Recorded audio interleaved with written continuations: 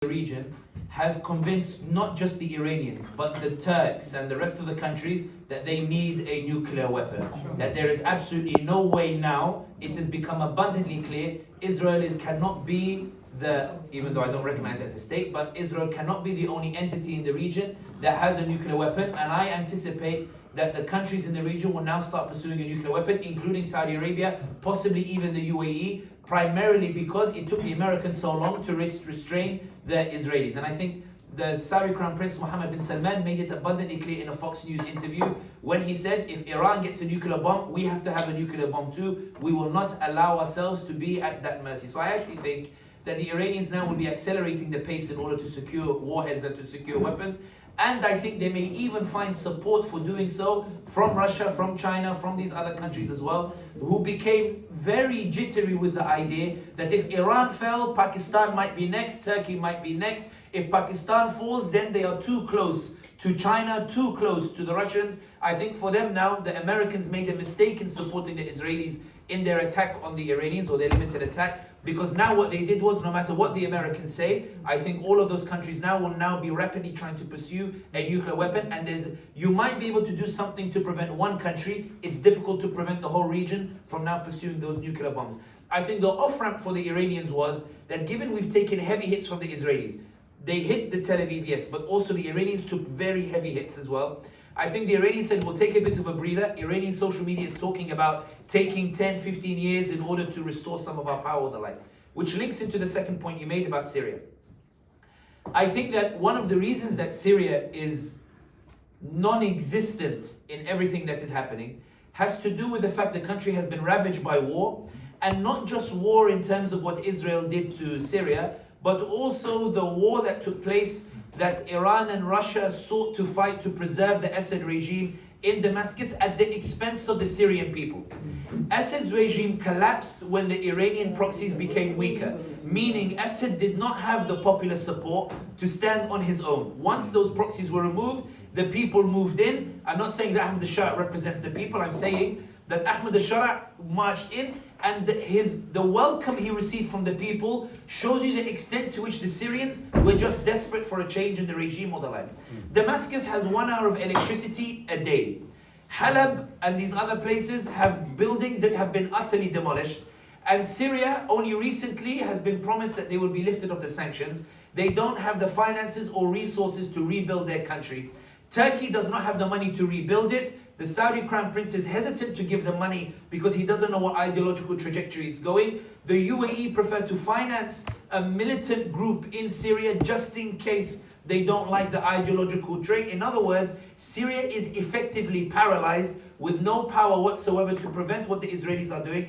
And the Israelis sense an opportunity to establish themselves in Syria.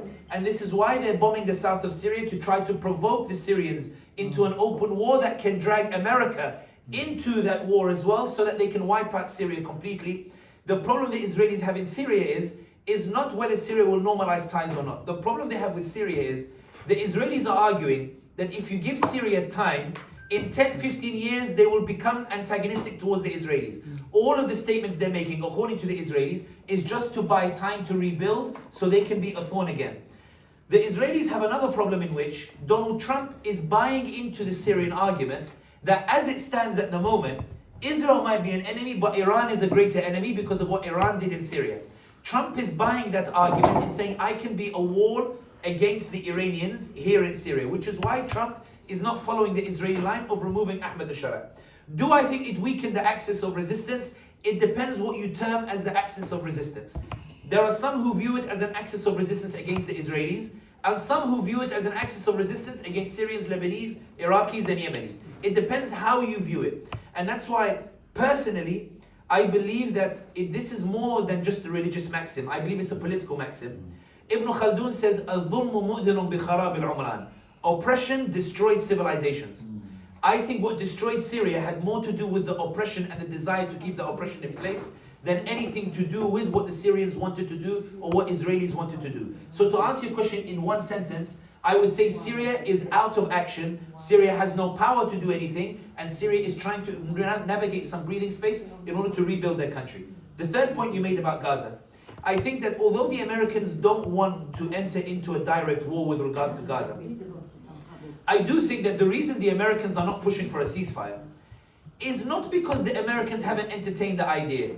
It's because the Americans are quite stunned, and the views expressed are my own. They don't reflect those of the Muslim Judicial Council. They don't reflect those of anybody today. They don't reflect those of anybody who's intended to go to Umrah or Hajj or anywhere like this. I think the reason there has not been a ceasefire here is because the Americans initially thought that the Muslim states would be angry at genocide, that Muslim leaders would be angry. And they have been stunned to find that the Muslim leaders actually agree that Hamas should be eradicated.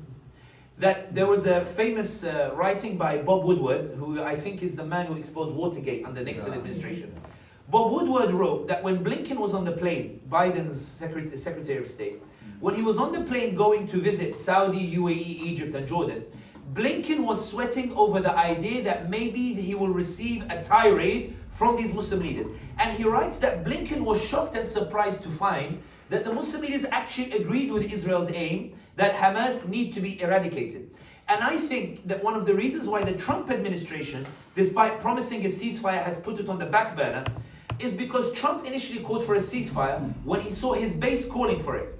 And then when he went to the region to receive the $3.4 trillion in payment for security against Iran and against the threats in the region, when Trump arrived, I think that his team, and this is my analysis, I think his team were expecting that Gaza would be the #1 priority. And when they landed there, they found that the #1 priority was, I need a NATO-style security agreement against Iran, against the Houthis, against the pro-Iran militias in Iraq, and against Iran itself. The second item on the agenda was access to nuclear technology in case Iran develops a weapon. The third item on the agenda was Vision 2030 and support and investment in the economy. And then I think as a byproduct, they included Gaza as a sentence in the press conference to say we need to be seen to be talking about it. When Trump left Riyadh and went to Abu Dhabi, the UAE, in my opinion, Gaza definitely was not the #1 priority. The UAE said, we want recognition to split Yemen into two. We want recognition to split Sudan into two. Our militia is about to take Fashir, and we are hoping that we can make Niala a new capital. We want to split Libya into two. We want Haftar to take the east, and we want a week in the west as well. And we are normalizing with the Israelis, so because we're good with them, you need to help us in the Congress to do so. And by the way, we want to invest in AI and have access to technology. The Americans are saying, why is nobody talking about Gaza? I don't understand. These are Muslims. They're supposed to be care about the Muslims. When they went to Doha, where they expected to talk about Gaza, I think Doha panicked. I think Doha said, if I talk about Gaza after he's just been promised 2.4 million, because the UAE also said, don't listen to the Saudis, I'll give you 1.4 million and make me the primary influence. Doha, they said, we don't want to upset the Americans. Because last time Trump was in power, the Saudis and UAE convinced him to allow a blockade on our small country.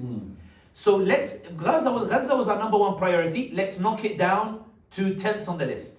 The first thing will be, Mr. President, how much did they give you? 1 trillion? 1.4 trillion? We'll give you 1.4 trillion and a 747 jet, a palace in the skies. And what investment they gave for your family, we'll also support and will also help you to build and support your family. We know you have financial problems as well, Mr. President.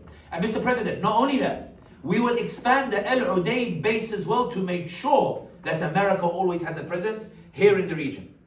The American advisors, in my opinion, looked at each other and said, I don't get it. We're here in the Muslim world, and no one is pressuring us with regards to Gaza or with regards to Palestine. Which is why, as soon as Trump left the region, France and the UK reversed their initial announcement that they would recognize a Palestinian state. Because when Trump went there, they were expecting them to be pressured. When Trump left, they said, oh, if they don't care, why should we care? So the Gaza ceasefire is not dependent upon American public opinion or even American, although that is a factor. The reason the genocide is ongoing is because the Muslim states that have the power to stop the genocide do not believe stopping genocide is a priority. And I think that is the crisis of our time. And I think this is the reason why, in my opinion, while we've done a very good job in shifting Western public opinion, I think in our fear at restricting our ability to perform religious duties, we have been rather meek in calling on the people who do have the power. And that's why I think that one of the most interesting things, in my opinion, is we have never seen a demonstration in front of any Saudi embassy anywhere in the world primarily because, not, I don't mean protest. I mean a demonstration, say, yeah, Saudi Crown Prince, please use your power to do so. And I think that the Muslim leaders say to themselves, and this is my opinion, is people are angry about the genocide, but they won't dare call me out for it. Instead, they will keep the peace.